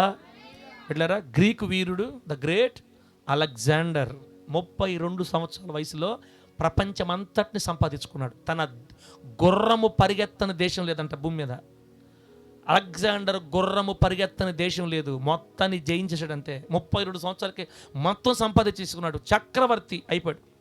మంచిదే, దేవుడి దయ వల్ల మన భారతదేశం దోంగుట్టింది. ఇంకా వేరే దేశం దోంగుట్టినా బాగుండేదేమో, కానీ మన దేశం దోంగుడితే అంతే, సెటిల్. మన దేశంలోనే గుట్టింది దోమ. 32 సంవత్సరాలకి చిన్న దోమ ప్రపంచం అంతటిని జయించి, నా వంటి వీరుడు శూరుడు లేడని పొంగిపోతున్న దినాలలో, పిచ్చివాడా, వెర్రివాడా, ఈరోజు నేను నీ ప్రాణం అడిగితే నువ్వేమైపోతావని దేవుడు దోమను పంపిస్తే కుట్టింది. విషజ్వరం, వైరల్ ఫీవర్ వచ్చింది. డబ్బు తక్కువ ఉందా? ప్రపంచాన్ని జయించిన డబ్బు ఏం తక్కువ? వెండి, బంగారు రాసులు, వజ్రాల రాసులు పోసారు డాక్టర్ల ముందు. ఆయన కూడా 10 మందినో 5 మందినో పెట్టుకుని తన దగ్గర ఎప్పుడు. కొంతమంది చూడండి, నెలకు ఒకసారి పోయి బాడీ మొత్తం చెక్ చేపిస్తూ ఉంటారు. నెలకు బీపీ ఎంత ఉంది, షుగర్ ఎంత ఉంది, తలలో నరాలు ఎట్టున్నాయి, బ్లడ్ ఎట్టుంది, హృదయం ఎట్టు, బాడీ ఎట్టు, గుండె ఎట్టు కొట్టుకుంటుంది, అన్నీ చూపిస్తారు. వాళ్ళు భలే టెన్షన్. వాళ్ళకి నెలకి శాలరీ చేసి రావాలి డాక్టర్కి, తప్పులే చూపించుకోవటం. కొంతమందికి అపేక్ష, ఏమైపోద్ది నా బాడీలో, ఏమైపోద్ది. ఏంది అయిపోయేది? దినాలు గడిచే కొలది బాగుండే మిషన్లు అన్నీ బోరుకు వస్తాయి. 50 దాటిందంటే అన్నీ బోరే. మనము చేస్తున్న పాపమే మన శరీరంలో ఇటువంటి రోగాలు తెచ్చిపెడుతున్నాయి. పాపయుక్తమైన లోకంలో జీవిస్తున్నాం కాబట్టి ఉన్నోళ్ళు చూపించుకుంటున్నారులే, మనదేముంది, యేసు రక్తమే జయం, అన్నీ తింటాం, తొందరగా పోవటం. హల్లెలూయా. ప్రభు నామానికి మహిమ కలుగును గాక. మనలాంటి పేదవారికి ఏముంది చెప్పండి? ప్రార్థన చేసుకుని అన్నీ తింటాం, తొందరగా పోవటం ఇక ప్రభు దగ్గరికి. జాగ్రత్త, మనం ఎంతవరకు ఉండాలో అంతవరకు జాగ్రత్త తీసుకుంటాం. ఆ తర్వాత మనం ఏం చేయగలుగుతాం? ఏయ్ డాక్టర్లారా, విషజ్వరం వచ్చింది, నాకు దొంగ పుట్టింది, ఏమనుకుంటా మీరు కానీ తొందరగా అని వాళ్ళు కూడా వాళ్ళు ఏం వైద్యాలు తెలుసో, ప్రపంచంలో ఇప్పుడు ట్రెండ్లు ఏ వైద్యం ఉందో అన్ని వైద్యాలు, ఆయుర్వేదం, ఋగ్వేదం, యజుర్వేదం లాగా మొత్తం అన్ని వైద్యాలు తెచ్చి, ప్రకృతి వైద్యం అన్ని తెచ్చి ఏవేవో చేశారు. చేసే కొలది రోజుకి జ్వరం ఎక్కువైపోతుంది, రోజుకి ఎక్కువైపోతుంది. చివరికి అలెగ్జాండర్కి భయం వస్తుంది. నేను చనిపోయేటట్టున్నాను, ఇక నేను బతికేటట్లేను, నాకు అర్థమైపోతుంది. డాక్టర్లారా ఏం సంగతి? అయ్యా, శత ప్రయత్నాలు చేస్తున్నాను, మీరు ధైర్యం కోల్పోవద్దు. లేదు, నా బాడీ నాకు చెప్పేస్తుంది నేను ఏదో అయిపోయేటట్టున్నాను. లేదయ్యా, మేము చేస్తున్నాం. మరణానికి దగ్గర పడిపోయాడు. ఆయనకు అర్థమైపోయి, నన్ను నా దేశం తీసుకెళ్ళిపోండి, నా దేశంలో సమాధి చేయండి, నాకు అర్థమైపోతుంది, బయలుదేరని చెప్పేసి ఆయన మరణ పడకలో ఉన్నప్పుడే, ఆ రోగంలో ఉన్నప్పుడే అతను తీసుకొని బయలుదేరారు. తన సొంత దేశం చేరకముందే మధ్యలోనే చచ్చిపోయాడు. ఆయన మధ్యలోనే చనిపోయాడు. ఆయన చనిపోతున్న కొన్ని రోజులకు కొన్ని గంటలకు ముందు చెప్పాడంట, ఇదిగో నా సమాధి పెట్టిని మొయ్యాల్సింది నాకు వైద్యం చేసిన డాక్టర్లే, ఎందుకంటే వాళ్ళ వైద్యం నన్ను బ్రతికించలేకపోయిందని ప్రపంచం తెలుసుకోవాలి. దేవుడికి స్తోత్రం కలుగును గాక. డాక్టర్లు మాత్రమే నమ్ముకోవటం కాదు, ఒక్కొక్కసారి డాక్టర్లు కూడా చేతులెత్తే రోజులు వస్తాయి. అప్పుడు పరమ వైద్యుడు కావాలి మనకి. ఆమెను చెప్పండి. తర్వాత ఆయన చెప్పాడంటే, నా 2 చేతులు సమాధి పెట్టిలో నుంచి బయటికి పెట్టండి. నేను లోకమంతా సంపాదించుకున్నా, నేను సంపాదించింది లేదు, ప్రపంచం మొత్తాన్ని సంపాదించుకున్నాను, నా ప్రాణాన్ని కాపాడుకోలేకపోయాను. ఈ భూలోకంలో నుంచి, ఈ ప్రపంచం నేనేం తీసుకుపోవట్లే. ఇక్కడ నుంచి నా 2 చేతులు బయట పెట్టి మీరు సమాధి చేయాలి, సర్వలోకానికి ఇదొక వార్తగా, ఇదొక మెసేజ్ వెళ్ళాలి అని ఆయన ఈ రోజున మనందరికి ఒక సందేశం చెప్తున్నాడు. నా వలే మీరు ఎవరు సంపాదించుకోలేరు, నేను లోకమంతా సంపాదించుకున్నాను, కానీ పోయేటప్పుడు 2 ఉత్త చేతులతో పోయాను. నేను బయట మొత్తం వదిలిపెట్టి, ఇక్కడ ఏది మనతో రాదు. ఐశ్వర్యం పొందడానికి ప్రయాసపడద్దు, సంపాదనకు ఒక ప్రాకులాడద్దు, డబ్బు ప్రాకులాడద్దు, వెండి బంగారు ప్రాకులాడద్దు. నాకంటే పెద్ద సంపాదించండి మీరు. నేను చెప్తాను, అలెగ్జాండర్ని తీసుకుపోవాలా మొత్తం ఉత్త చేతిలో. అబ్బా, సమాధి పెట్టెలో నుండి బయటికి పెట్టిన ఆ 2 ఖాళీ చేతులే ఈరోజు మనతో మాట్లాడుతున్నాయి. ఈ భూలోకంలో నుంచి మనం ఏది తీసుకుపోలేం. తల్లి గర్భంలో నుంచి వచ్చేటప్పుడు ఏది తీసుకురాలేదు, ఏది తీసుకెళ్ళలేము. ఎందుకు ఇంత ఆరాటం భూమి మీద? ప్రభు ఇచ్చినంత చాలదా? తిమోతి గారితో పౌలు చెప్తున్నారు, మనం ఈ లోకంలోకి ఏం తీసుకురాలేదు, మనం పోయేటప్పుడు ఏం తీసుకెళ్ళలేము. కనుక దేవుడు మనకిచ్చిన అన్న వస్త్రములతో తృప్తి కలిగి బతకదాం. తిమోతి, ధనాపేక్ష నీకు అవసరం లేదు, మనకు అవసరం లేదని తిమోతి గారితో చెప్తున్నాడు దేవుడు. పౌలు గారు. ప్రభు నామానికి మహిమ కలుగును గాక. గట్టి చెప్పండి హల్లెలూయా. ఏం చెప్పిన ఇప్పుడు దాకా మనం ఏం మాట్లాడుకున్నాం? ఐశ్వర్యం పొందడానికి మనం ప్రయాస పడకూడదు. మనం ఈ దేనికోసం ప్రయాసపడాలంటే, ఈ భూలోకంలో బతుకున్నప్పుడే శాశ్వత రాజ్యాన్ని సంపాదించుకోవడానికి ప్రయాసపడుదుముగాక. ఇప్పుడు దాకా నువ్వు దేనికోసం ప్రయాసపడ్డావు నాకు తెలియదు. ఇప్పటిదాకా డబ్బు కొరకు, వెండి బంగారాల కొరకు, ఆస్తులు కూర్చుకోవడం కొరకు, బ్యాంకులో డబ్బులు వేసుకోవడానికి ప్రయాసపడ్డావేమో. పరుగు దానికోసం వద్దు. మనం పరిగెత్తాల్సింది ఏమండి? శాశ్వత రాజ్యం, పరలోకాన్ని సంపాదించుకోవడానికి ఈ భూలోకంలో మనం ప్రయాసపడాలి. బిడ్డలారా, మన దగ్గర డబ్బు ఉన్నప్పుడు అందరూ మనల్ని పొగడతారు. బెల్లము చుట్టూ చీమలు చేరినట్టుగా మన దగ్గర డబ్బు ఉంటే అందరూ స్నేహితులే. బైబిల్ చెప్తుంది, దాతకు అందరూ స్నేహితులే, డబ్బులు ఇచ్చేవాడికి అందరూ స్నేహితులే. దరిద్రుడికి ఉన్న స్నేహితులు కూడా పోతారంట. మన దగ్గర డబ్బు ఉన్నప్పుడు మామయ్య గుడ్ మార్నింగ్, మామయ్య హాయ్, బాబా హాయ్, ఏమండి బెదర్ తమ్ముడు, అబ్బో డబ్బు ఉంటే ఓ వరసలు కలిపేస్తారంతే. మనకి ధనం ఎక్కువ అయితే దాన్ని తినేవాళ్ళు కూడా మన దగ్గర ఎక్కువ అవుతారు. బైబిలే చెప్పింది అన్నమాట. ధనవంతుని దగ్గర ధనం తినేవాళ్ళు కూడా ఎక్కువ చేస్తారంట. ఒకవేళగా నా డబ్బు కానీ మన దగ్గర నుంచి పోయిందనుకో, ఎట్లాగో డబ్బు ఉంటుంది మన దగ్గర, ఎగిరిపోద్ది ఖచ్చితంగా ఏదో ఒక రోజు. అంతా ఎగిరిపోయి మన చేతి ఉత్త చేతులు అనుకో, అబ్బా ఎట్లా ఉంటుందో తెలుసా? నేను చెప్తాను చూడండి. ఒక ఆయన బాధపడ్డాట బైబిల్లో. ఒక ఆయన బాధపడ్డాడు. ధనం ఉన్నప్పుడు, లక్షాధికారిగా ఉన్నప్పుడు, ధనవంతుడిగా ఉన్నప్పుడు, గొప్పవాడిగా ఉన్నప్పుడు అందరూ ఆయన ప్రేమించారంట. తన దగ్గర ఉన్న డబ్బు అంతా పోయి పేదవాడు అయిపోయినప్పుడు, ఏమండి వ్యాధిగ్రస్తుడు అయిపోయినప్పుడు అతని జీవితం ఎట్లుందో చెప్పేసి ప్రార్థన చేస్తాను నేను. చెప్పేసి ఇంక ప్రార్థన చేసుకుందాం బిడ్డలారా. మన వాక్యం ప్రారంభించి అరగంట అయింది. యోబు గ్రంథం 19వ అధ్యాయం 13వ వచనం నుంచి 19వ వచనం దాకా చదువుకుంటే, ఇప్పుడు చదవలేదు, అక్కడ ఏముందో నేను చెప్తాను మీకు. యోబు గ్రంథంలో 19వ అధ్యాయంలో 13 నుంచి 19 దాకా చదివితే యోబు గారు బాధపడుతున్నారు. యోబు గారు తూర్పు దిక్కున ఉన్న జనులందరిలో మిక్కిలి గొప్పవాడు, ఆస్తిపరుడు, ఒంటెలు, గాడిదలు, ఏమన్నా ఎద్దులు, గొర్రెలు, మేకల మందలు, వందల వేల జతల ఎడ్లు, 3000 ఒంటెలు, ఇలా గొప్ప ఆస్తిపరుడు అనమాట.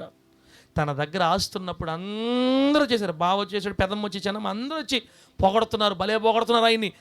ఇప్పుడు ఏమైంది? సాతానుగాడు యోబు గారిని పరిశీలించడం ప్రారంభించినాక, పరిశోధించడం స్టార్ట్ చేసినాక అతని దగ్గర ఉన్న డబ్బంతా, ఆస్తి అంతా మొత్తం పోయింది. ఇప్పుడు తన దగ్గర రూపాయి లేదు. కఠిన పేదరికం, భయంకరమైన పేదవాడు అయిపోయాడు. పైగా అతని దేహం మీద జబ్బు వచ్చేసింది, పుండ్లు వచ్చేసాయి. ఎప్పుడైతే అతను ఆ పుండ్లతో ఇంకా మరణానికి వెళ్ళిపోతున్నాడని అందరికి అర్థమైపోయిందో, తన దగ్గర డబ్బు, ఆస్తులు మొత్తం పోయాయో, అప్పుడంట నేను చెప్పే మాట గుర్తుపెట్టుకోండి. నెంబర్ 1, సోదర జనము దూరం అయిపోయారంట. నెంబర్ 1, ఫస్ట్ మన దగ్గర ఆస్తి కానీ డబ్బు కానీ పోయిందంటే ఫస్ట్ మనకు దూరం అయిపోయి ఎవరన్నా దూరం అయిపోయే వాళ్ళు ఎవరు? సోదర జనం అంటే అక్కలు, చెల్లెళ్ళు, తమ్ముళ్ళు, అన్నళ్ళు, సొంత అన్నదమ్ముళ్ళు, అక్క చెల్లెళ్ళు దూరం అయిపోతారు మనకి. డబ్బు, ఆస్తి, అంతస్తులు మనల్ని వదిలిపెట్టేసి మనం ఒంటరోళ్ళమే అయిపోయి లేకపోతే మన ఆస్తి అంతా మనం వదిలిపెట్టి అన్ని పోగొట్టుకొని పేదవారంగానో లేని వారంగానో మారిపోతే, ఒకరికి ఇచ్చే స్థితిలో కానీ మనం లేకపోతే, మనకు ఉన్నదంతా కానీ ఖర్చు అయిపోయి మనం పోగొట్టుకుంటే, ముందు మన అన్నదమ్ముళ్ళు, మన అక్క చెల్లెళ్ళే మన వదిలిపెట్టి వెళ్ళిపోతారు. డబ్బు ఉన్నప్పుడు మా అక్క, మా చెల్లెలు ఈయన కూడా మా చెల్లెలు పెట్టాలి, మా అన్నకు పెట్టాలి, మా అక్కకు పెట్టాలి, మా తమ్ముడు పెట్టాలి, పెట్టాడు. ఈ రోజు నీ దగ్గర మొత్తం పోయేసరికి నీ అన్నలు, నీ చెల్లి నీ దగ్గర తిన్నోళ్ళే ఏదో సోదర జనమే దూరం అయిపోయారంట యోబు గారికి. 2, నెలవరులు అంటే తెలిసిన వాళ్ళు, దగ్గర ఉన్నవాళ్ళు, సమీపంగా ఉండేవాళ్ళు కూడా అన్యులుగా మారిపోయారంట. అన్యులు అంటే అతను ఎవరో మాకు తెలియదు అన్నట్టుగా తిరుగుతున్నారు బయట. అతను నాకు తెలియదు, మేము ఇప్పుడు చూడాలి అతన్ని. ఆ టైపులో అతనికి తెలిసిన వాళ్ళు, సమీపస్తులు, నెలవరులు, అతని దగ్గర ఏ డబ్బు లేకపోయేసరికి ఇంకా చచ్చిపోతాడు, ఇంకా బతికేటట్టు లేడు అనుకొని తన దగ్గర ఉన్న డబ్బులు ఉన్నప్పుడు బాగా వచ్చి తిన్నారు. ఇప్పుడు అంతా అయిపోయేసరికి తనకు తెలిసిన వాళ్ళు కూడా తెలియని వాళ్ళుగా, పరాయి వాళ్ళుగా మారిపోయారంట. అబ్బా, యోబు గారు బాధ చూడండి. 3వది, యోబు గారి బంధువులు దూరంగా తిరుగుతున్నారంట ఇప్పుడు. ఎవరు? బంధువులు. మన దగ్గర డబ్బు కానీ లేకపోతే మన బంధువులు కూడా మన దగ్గరికి రారు. అందుకే బంధువుల మీద అంత ప్రేమలు పెంచుకోకూడదు. మన దగ్గర డబ్బులుంటేనే, అందరూ కాదులే, కొందరు ప్రేమగల వాళ్ళు ఉండొచ్చేమో, నాకైతే కనబడలేదు, ఉండొచ్చేమో. మళ్ళీ అటెందుకు చెప్పాలి, మళ్ళీ లైవ్లో చూసే వాళ్ళు కొంతమంది బాధపడతారు. మా అన్న తెలియదు నీకు, నేను చూపిస్తారా మన దగ్గర డబ్బు ఉన్నా లేకపోయినా మా అన్న నన్ను ప్రేమిస్తాను, నాకెందుకు వచ్చిన బాధ. ఉండొచ్చేమో కొందరు, నాకైతే కనబడలేదు. బంధువులు అసలు రారంటే మన దగ్గర డబ్బు లేకపోతే. యోబు గారి బంధువులు దూరంగా తిరుగుతున్నారంట. చిన్నమ్మ పిల్లలు, పెద్దమ్మ పిల్లలు, రక్త సంబంధికులు, బంధువులు దూరం అయిపోయారు యోబు గారికి ఇప్పుడు. ఇంకో భయంకరమైన బాధ 4వది, ప్రాణ స్నేహితులు యోబు గారిని మరిచిపోయారంట. అతని దగ్గర ఉన్న ఆస్తి పోయేసరికి, అతని దగ్గర ఉన్న ఆరోగ్యం పోయేసరికి, అతను ఇప్పుడు పేదవాడైపోయేసరికి, వ్యాధిగ్రస్తుగా మారిపోయేసరికి, అతని దగ్గర ఇంక ఏ లాభం లేదని వాళ్ళకి తెలుసుకొని ప్రాణ స్నేహితులు కూడా వదిలిపెట్టి దూరంగా మర్చిపోయారు పూర్తిగా ఆయన్ని. అతని ప్రాణ స్నేహితులు కూడా అతని డబ్బున్నప్పుడు రోజు వచ్చేవాళ్ళు, రోజు తినేవాళ్ళు అతని దగ్గర. సహాయం కోసం వచ్చి ఎప్పుడు డబ్బులు తీసుకెళ్తుండేవాళ్ళు, ప్రాణ స్నేహితులు ఈరోజు కనుమరుగైపోయారు. అందుకే ఏ స్నేహితుని నమ్మబల్లే, ఏసై నమ్మితే చాలు. మనం ఆమె చెప్పండి గట్టిగా. నిజం చెప్పండి, మన దగ్గర డబ్బు లేకపోతే ప్రాణ స్నేహితులు దూరం అయిపోయినట్లుగా ఏసై కూడా మనం వదిలేస్తాడన్నా? వదిలేస్తాడా? ఏసై వదిలేస్తాడు మనల్ని? మనుషులు వదిలేశారు, ప్రాణ స్నేహితులు వదిలేశారు, బంధువులు వదిలేశారు, అక్కచెల్లి అన్నదమ్ముళ్ళు సోదరజనం వదిలేశారు. కానీ దేవుడు వదలదు కదా నిన్ను నన్ను. అలా వదలని దేవుడిని వదిలిపెట్టేసి డబ్బు కోసం పరిగెత్తుతున్నావు నువ్వు. ఏ దేవుడైతే నిన్ను వదలకుండా నువ్వు స్తుతించినా స్తుతించకపోయినా, ఆయనను ప్రేమించినా ప్రేమించకపోయినా నీ కోసం ఆలోచిస్తున్న నీ ప్రాణప్రియుడైన దేవుడిని పక్కన పెట్టేసివి. అన్నదమ్ముల కోసం, అక్కచెల్లెల కోసం దేవుని మందిరాలు పక్కన పడేసి వాళ్ళ కోసం పరిగెత్తితివి, బంధువుల కోసం పరిగెత్తితివి, పెదమ్మల కోసం పరిగెత్తితివి, ప్రాణ స్నేహితుల కోసం పరిగెత్తుతున్నావు. ఒకరోజు నీ దగ్గర మొత్తం ఏమి లేకపోతే వాళ్ళే నీకు పరాయి వాళ్ళు అయిపోతారు. ఒకరోజు నాకేం తెలియదు మర్చిపోతారు అంతే. ప్రాణ స్నేహితులు మర్చిపోతారు మనల్ని. ప్రభువా, ఎంత ప్రేమ గలవాడు నువ్వు. స్నేహితులు మర్చిపోయినా, బంధువులు మర్చిపోయినా, రక్త సంబంధికులు మర్చిపోయినా నువ్వు మరువని వాడివి. ఆయన కోసం ఎట్లా బ్రతకాలి మనం పెట్టారా ఈ రోజులో. తర్వాత యోబు గారి బాధ చూడండి. 5వ బాధ ఏంటంటే, తన ఇంట్లో ఉన్నటువంటి దాసులు, దాసీలు, దాసదాసీజనులు యోబు గారిని ఒక అన్యుడిలాగా చూస్తున్నారంట, పరదేశిలాగా చూస్తున్నారంట. దాసులు దాసులు ఎవరో తెలుసా? తన ఇంట్లోనే పని చేయడానికి కొనుక్కొచ్చుకున్నాడు అనమాట. కొనుక్కొచ్చుకున్నాడు దాసులని, దాసీలని కొనుక్కొచ్చుకున్నాడు తన ఇంట్లో పని చేయడానికి. ఇక వారు తన సొత్తే, తన ఇంట్లో ఉండేవాళ్లే. ఒకప్పుడు డబ్బు ఉన్నప్పుడు అయ్యగారు అయ్యగారు అయ్యగారు అని పిలిచారు, బాబుగారు బాబుగారు బాబుగారు అని పిలిచారు. ఈరోజు ఆస్తి పోయి, వ్యాధిగ్రస్తుడైపోయి, మొత్తం కోల్పోయి బూడిదలో కూర్చో ఉంటే తన ఇంటిలో పనిచేసిన దాసీలు కూడా యోబు గారిని ఒక పరాయి వాడుగా చూస్తున్నారు. అంటే మన ఇంట్లో పనిచేసేవాడు కూడా మనం పనికిరాము. మన దగ్గర ఏమి లేకపోతే, డబ్బు లేకపోతే, మన దగ్గర ఆస్తి లేకపోతే, అన్నీ కోల్పోతే మన ఇంట్లో పనిచేసేవాడు లెక్క చేయండి నిన్ను. దాసీలు పరదేశంగా చూశారంటండి. అబ్బా, ఇంకో మాట చూడండి. ఏడో బాధ 6 యోబు గారి బాధ 6ది ఏంటంటే, పెట్టారా, ఇంట్లో పని చేసేదానికి పని వాళ్ళు పెట్టుకున్నాడే. ఈ పని వాళ్ళనంట అప్పుడప్పుడు చిన్న పని హెల్ప్ చేయమని, ఏదో నీళ్లు తెచ్చేయమనో లేకపోతే భోజనం తెచ్చేయమనో పిలుస్తుంటేనంట ఇంట్లో పని చేసేవాళ్ళు కూడా రావట్లా యోబు గారి దగ్గరికి. ఒరే నిన్నటిదాకా జీతాలు తీసుకున్నారు, నిన్నటిదాకా మా పాపకు పెళ్లి చేసుకోవాలని ఎన్నో డబ్బులు తీసుకెళ్లారు. ఆయన ఎంత పడితే అంత ఇచ్చేశాడు. తన ఇంట్లో పని చేస్తున్న పని వారిని ఈరోజు పిలుస్తుంటే ఎవరు రావట్లా, చివరికి రావట్లేదని అయ్యా బ్రతిలాడుకుంటాడంట. యోబు గారు తన ఇంట్లో పనిచేసిన వారిని బ్రతిమాలుకోవలసి వచ్చినా కానీ బ్రతిమాలుకున్నా కూడా పనులు రావటంలా. ఏ డబ్బు కోసం నువ్వు పరిగెత్తుతున్నావో ఆ డబ్బు మనల్ని వదిలిపెట్టి ఎట్లాగో వెళ్ళిపోద్ది. అది వెళ్ళిపోయినప్పుడు నీ ఇంట్లో పనిచేసే వాళ్ళు కూడా మనం బతిలాడుకోవాల్సి వస్తుంది లాస్ట్కి. అయ్యా అమ్మా పని చేయ, అమ్మా తెచ్చి, అమ్మా బ్రతిలాడుకోవాల్సి వస్తుంది. బ్రతిలాడుకుంటున్నా కూడా వాళ్ళు రావట్లేదంట. ఒకప్పుడు అతని చేతి నీళ్లు తాగిన వాళ్ళు, అతని ఇంటి భోజనం తిన్నవాళ్ళు, అతని దగ్గర డబ్బు తీసుకొని పనిచేసిన వాళ్ళు, మోకాళ్ళు వంచి తలలు వంచి నమస్కారం చేసిన వాళ్ళు, తన ఇంట్లో పనిచేసే వాళ్ళు కూడా మాట లెక్క చేయకుండా వెళ్ళిపోతున్నారు. ఇప్పుడు డబ్బు యోబు గారికి బాగా అర్థమవుతుంది. ఓహో, ఒకప్పుడు ఉన్నప్పుడు అన్నట్టు ప్రేమించాను, వీళ్ళ కొరక నేను ప్రయాసపడింది, వీళ్ళ కొరక నేను ఆలోచించింది, వీళ్ళ కొరక నేను ఇంత ప్రయాసపడి చేసింది. ఇదంతా ఒక ఎత్తు అయితే అసలు శిస్తలైన బాధ ఇప్పుడు చూడండి. ఆ వచనంలో ఉన్న ఈ మాటలన్నీ యోబు గ్రంథం 19వ అధ్యాయం 13 నుంచి 19 దాకా ఉన్న మాటలు చెప్తున్నాను నేను. 7వది ఏంటంటే, యోబు గారి ఊపిరి అనగా అతను ముక్కుల్లో నుంచి వస్తున్న ఊపిరి వాసన భార్యకి అసహ్యమైపోతుందంట. అబ్బా, యోబు గారి భార్యకి తన భర్త ఊపిరి అసహ్యం వేస్తుందంట. ఎందుకంటే అతనికి ఏముందన్న పుండ్లు, వ్యాధి. నా భార్య అని తిరుగుతుంటారు కొంతమంది. నీకేదో ఒక జబ్బు, నీకు ఏదో జబ్బుగా వస్తే మన వాసన కూడా మన భార్యకి అసహ్యం అయిపోద్ది. మరి ఎవరి కోసం పరిగెత్తాలా, ఎవరి కోసం బతకాలి ఈ లోకంలో? నీ ఊపిరి అసహ్యం అయిపోతుంది నీ భార్యకి. భార్య అనుకుంటే పిల్లలు చూడండి. ఇప్పుడు యోబు గారి కన్నటువంటి కొడుకులకి కూతుర్ల కంట యోబు గారి శరీరంలో చూస్తున్న వాసన అసహ్యం అయిపోతుందంట. తన పిల్లలు యోబు గారి స్మెల్ భరించలేకపోతున్నారు, అసహ్యపడుతున్నారు. తన భార్యకు కూడా ఆయన ఊపిరి వాసన అసహ్యంగా ఉంటుంది. అంటే ఆ దేహంలో నుంచి అంత దుర్వాసన వస్తుంది, ఆ పుండ్లు గీరి గీరి గీరి గీరి. దేవుడు మనకేం చెప్తుందో తెలుసా? నువ్వు ప్రేమించే డబ్బు నీ దగ్గర ఉండదు, నువ్వు ప్రేమించే నీ బంధువులు నీ దగ్గర ఉండరు, నీ ప్రాణ స్నేహితులు నిన్ను వదిలేస్తారు, నీ పిల్లలు, నీ భార్య, నీ భర్త అందరిని అసహించుకుంటారు. ఈ లోకమంతా నిన్ను అసహించుకున్నా, నిన్ను అసహించుకునని ఒకే ఒక్క దేవుడు. ఈరోజు రాత్రి మనం ఆరాధిస్తున్న మన ప్రాణప్రియుడైన యేసు. బ్రతకవా? యేసే కోసం బ్రతకవా? ఇంకా డబ్బా, ఇంకా వెండి బంగారాలా, ఇంకా ఆస్తులా? పని చేసుకోవాలి, సంపాదించుకోవాలి, అంత చాలు తినటానికి, కట్టుకోవడానికి. మీకు ఒక విషయం చెప్పంటారా? కోట్ల రూపాయలు సంపాదించుకున్న ధనవంతులకి తృప్తి ఉంటుందన్నా? తృప్తి ఉంటుందా? ఇంకా చాలు తృప్తి ఉంటుంది ఎవరికైనా? కోట్ల రూపాయలు సంపాదించుకున్నాడు కూడా ఇంకా ఇంకా ఇంకా ఇంకా ఇంకా ఇంకా. లక్షలు సంపాదించుకున్నవాడికి తృప్తి ఉండదు, వేలు సంపాదించుకున్నవాడికి తృప్తి ఉండదు. డబ్బు ఎవరికి తృప్తినివ్వదు. సాతాను గాడు ట్రాప్ చేసి మనల్ని మోసం చేస్తున్నాడు. అందుకే ప్రభు చెప్తున్నాడు, ఐశ్వర్యం పొందాలన్న ప్రయాస నీకొద్దు. ఒకవేళ అభిప్రాయం నీకున్నా ఇప్పుడే వదిలేయి. తిండి, బట్ట, నివాసం దేవుడిచ్చిందా చాలు, ఉన్నదాంతో తృప్తిగా బతుకుదాం మనం. ఈ లోకంలోకి ఏం తేలేదు, ఇక్కడి నుంచి ఏం తీసుకుపోలేము. ఇచ్చినవన్నీ దేవుడు ఇచ్చినవి. ఆయన ఇచ్చితే దేవునికి స్తోత్రం, ఇచ్చినంత వరకే చాలు. ప్రయాస, పరుగు, దేవుడిని ప్రక్కన పడేసి, మందిరాలు ప్రక్కన పడేసి, పరిశుద్ధతను గురించి ఆలోచన లేకుండా, పవిత్రత గురించి ఆలోచన లేకుండా, నీతి యథార్థం ఆలోచన లేకుండా, సంపాదన సంపాదన సంపాదన సంపాదన వెళ్ళి సంపాదించుకున్న వాళ్ళందరూ ఇప్పుడు ఏడుస్తున్నారు అక్కడ.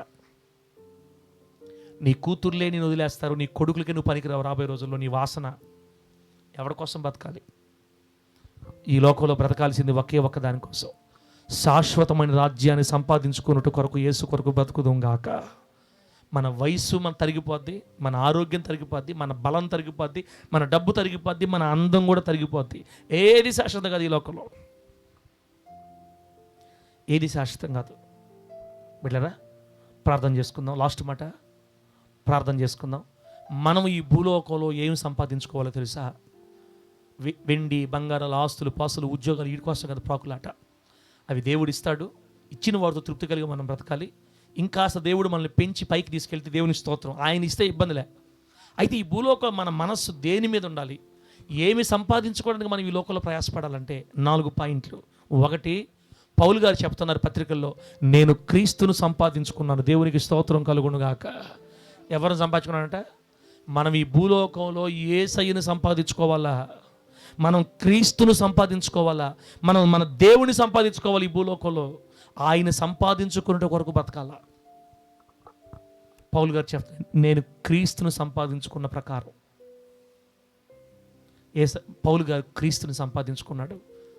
ఏమండి? యేసయ్యను సంపాదించుకున్నాడు, దేవుని సంపాదించుకున్నాడు. మనము నిజంగా నీకు దేవుని మీద ఆరాటం ఉందా? భక్తి మీద ఆరాటం ఉందా? ప్రభు కొరకైన ఆరాటం ఉందా అన్నా? 1, దేవుని సంపాదించుకోవాలి. 2, యెహోవాను గూర్చిన జ్ఞానం సంపాదించుకోవాలా. దేవునికి మహిమ కలుగును గాక. దేవుణ్ణి గూర్చిన జ్ఞానం సంపాదించుకోవాలి. ఈ భూలోకంలో బతుకున్నప్పుడే ఆ జ్ఞానం నీకు ఎలా వస్తుందంటే, వాక్యం వినాలా, వాక్యం చదవాలా, బైబిల్ చదవాలా, ధ్యానం చేయాలా, బుక్కులు తెచ్చుకోవాలా, చదవాలా. దేవుణ్ణి గూర్చిన జ్ఞానం కొరకు ప్రాకులాడాలి. ఈ భూలోకంలో సమయం దొరికిన ప్రతిసారి వాక్యాలు ఎక్కువ వినాలా, దేవుని గురించి జ్ఞానం పెంపొందింపు చేసుకోవాలి. అది నీకు ఆశీర్వాదం రాబోయే రోజుల్లో. దేవుడు నీతో సదాకాలం ఉంటాడు, కానీ నీ కొడుకులు, నీ కూతుర్లు ఎవరు ఉండరు ఈ లోకంలో నీతో పాటు సదాకాలం. అంతే ఖచ్చితంగా. మన వాసన వాళ్ళకి అసహ్యం అయిపోద్ది ఒక రోజున. పా అంటారు అంతే నీ కొడుకులు, నీ కూతుర్లు. స్మెల్ వస్తుంది, ఈ మనిషి అవతల పడేయండి, రూలు పడేయండి. తుప్పటికప్పు వాసన వస్తుంది మనిషి, ముసలి దాని దగ్గర. ఎవరు అనేదే? మన పిల్లలే. ఈరోజు పరిగెత్తి పెంచుకుంటున్నామే వాళ్ళే. అట్టని వాళ్ళు వదిలేద్దామా? వదలలేము. మన బాధ్యత మనం చెయ్యాలా. మనం ఎదకాల్సింది లేదా మనం సంపాదించుకోవాల్సింది యెహోవాను గూర్చిన జ్ఞానం. రేపు 12 నెలల్లో ప్రార్థన పెడతారు, ఆడకొచ్చి పరిగెత్తాలా, అక్కడ జ్ఞానం సంపాదించుకోవాలా. దేవుడు మనకు శక్తి నుంచి డబ్బులు చేతిలో ఉన్నాయా, 19 ముత్తుకూరు రావాలా, అక్కడ జ్ఞానం సంపాదించుకోవాలి. ప్రార్థనలో ఎదగాల, దేవుణ్ణి సంపాదించుకోవాలి, క్రీస్తుని సంపాదించుకోవాలి ఈ లోకంలో మనం. 3వది బిడ్డలారా, 3వది జీవ గ్రంథంలో పేరును సంపాదించుకోవాలి. దేవునికి స్తోత్రం కలుగును గాక. ఏ గ్రంథంలో? జీవ గ్రంథంలో పేరు రాయబడితేనే మనం పరలోకం వెళ్తాం. రేపు ఈ లోకంలో మనం 10 కోట్లు సంపాదించుకుంటే పరలోకం పోతామన్నా? అన్నా నిజం చెప్పన్నా అన్న, మనం ఏమన్నా ఆప్షన్ ఏమైనా ఉందా? ₹1,00,00,000 సంపాదించుకుంటే పరలోకంకి వెళ్ళిపోయే ఆప్షన్ ఏమైనా ఉందా? లేదు. కోటి కాదు, 150 కోట్లు, 2,000 కోట్లు, 10 లక్షల కోట్లు ఎత్తుకుపోయి దేవుడు ముందు పెట్టి ఈ డబ్బు తీసుకుని నన్ను ఏమన్నా పరలోకాన్ని చూడంటే, ఒరే ఏం మాట్లాడుతున్నారు నువ్వు? నేను డబ్బును సృష్టించినోడిని, నువ్వు నా దగ్గరకు వచ్చి డబ్బు ఇస్తానంటే నువ్వేంది లంచం అనుకుంటున్నావా? ఇవన్నీ చల్లవి. ఇక్కడ జీవ గ్రంథమందు దాఖలైన వారే ఈ రాజ్యానికి అర్హులు. అందుకే మనం భూలోకంలో ఉన్నప్పుడు జీవ గ్రంథములో పేరు కోసం మనం ప్రాకులాడాలా. ఆయన బుక్కులో మన పేరు రాయించుకోవడానికి ప్రాకులాడాలా. ఆ బుక్కులో పేరు రాయాలంటే అందరి పేర్లు రాయరు, పరిశుద్ధుల పేర్లు మాత్రమే వ్రాస్తారు. ఎవరి పేర్లు రాస్తారక్క? పవిత్రంగా బ్రతికే వాళ్ళ పేర్లు, నీతిగా బ్రతికే వాళ్ళ పేర్లు, యథార్థంగా బ్రతికే వాళ్ళ పేర్లు, దేవుని కోసం భయభక్తులు కలిగి బ్రతికే వాళ్ళ పేర్లు, చెడుతనాన్ని అసహించుకొని దేవుని కోసం రోషంగా నడుంగట్టుకొని నమ్మకంగా బ్రతికే వాళ్ళ పేర్లు మాత్రం అక్కడ రాయబడతాయి. జీవ గ్రంథమందు పేరు వ్రాయబడినందుకు మీరు సంతోషించండి అని శిష్యులతో యేసుక్రీస్తు వారు చెప్తారు. దయ్యాలు మీకు లోబడుతున్నాయని కదా మీరు సంతోషించాల్సింది, మీ పేర్లు జీవ గ్రంథమందు వ్రాయబడి ఉన్నాయని సంతోషించండి. కాబట్టి ఈ లోకంలో మనం ఏం సంపాదించుకోవాలంటే జీవ గ్రంథంలో పేరు సంపాదించుకోవాలి. లాస్ట్ మాట, ఈ లోకంలో మనం ఏం సంపాదించుకోవాలంటే పరలోకాన్ని సంపాదించుకోవాలి. దేవుని నామానికి మహిమ కలుగును గాక. ఏం సంపాదించుకోవాలమ్మా అక్కలారా? చెప్పండి, ఏం సంపాదించుకోవాలా? పరలోకం. ఈ భూలోకంలో ఉన్నప్పుడే మనం పరలోకం సంపాదించేసుకోవాలి.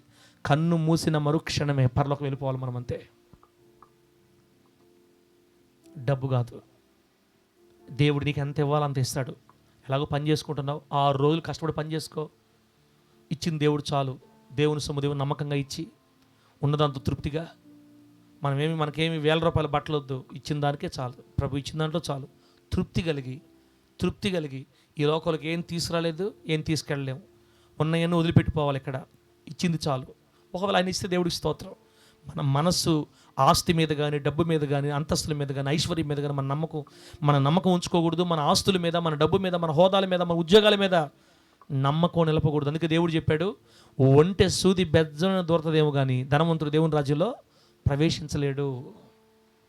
ఎందుకంటే ధనవంతుడికి వాడి ధనమే దేవుడు, ధనవంతుడికి వాడి ధనమే దేవుడు అని. బిడ్డలారా, అందరూ అలా ఉండకపోవచ్చు. ఎక్కువ మంది ధనాన్ని దేవుడిగా పూజిస్తారు. అందుకే దేవుడు చెప్తాడు, ఈ రోజున మీరు డబ్బు కొరకు, వెండి బంగారాల కొరకు, ఆస్తుల కొరకు, అంతస్తుల కొరకు, స్థలాల కొరకు, పొలాల కొరకు కాదు ప్రాకులాడాల్సింది, మీరు నా రాజ్యం కోసం ప్రాకులాడండి. ఒకటి ఏం సంపాదించుకోవాలి? మొదటిది ఏం సంపాదించుకోవాలా? ఎనక లాస్ట్ అది పరలోకం సంపాదించుకోవాలి. లాస్ట్ మొదటిది ఏం చెప్పాను? యేసయ్యను సంపాదించుకోవాలి. మొదటగా క్రీస్తు సంపాదించుకోవాలి, దేవుణ్ణి గూర్చిన జ్ఞానం సంపాదించుకోవాలి, జీవ గ్రంథంలో పేరు సంపాదించుకోవాలి, పరలోకాన్ని సంపాదించుకోవాలి. ఇది మన దేవుడు మనకిచ్చిన గురి. ఆ గురి కోసం ప్రాకులాడదాం. ఇంతవరకు ఒకవేళ జరుగుండొచ్చు, తెలుసో తెలియకో పరిగెత్తాం ప్రాకులాట, డబ్బు డబ్బు డబ్బు అని. ఇంకా ఆగదాం. ఈ రోజు నుంచి దేవుడి కోసం పరిగెత్తుదాం, ఉన్నదంతా తృప్తి పడదాం, జీవగ్రంథంలో పేరు సంపాదించుకుందాం, పరలోకం సంపాదించుకుందాం. దేవుడి మాట మనకు ఆశీర్వాదకరంగా మార్చి వర్ధిల్ల చేయను గాక. ఆమేన్. కళ్ళు మూసుకోండి, చిన్న ప్రార్థన చేసి మాటలు ముగిద్దాం.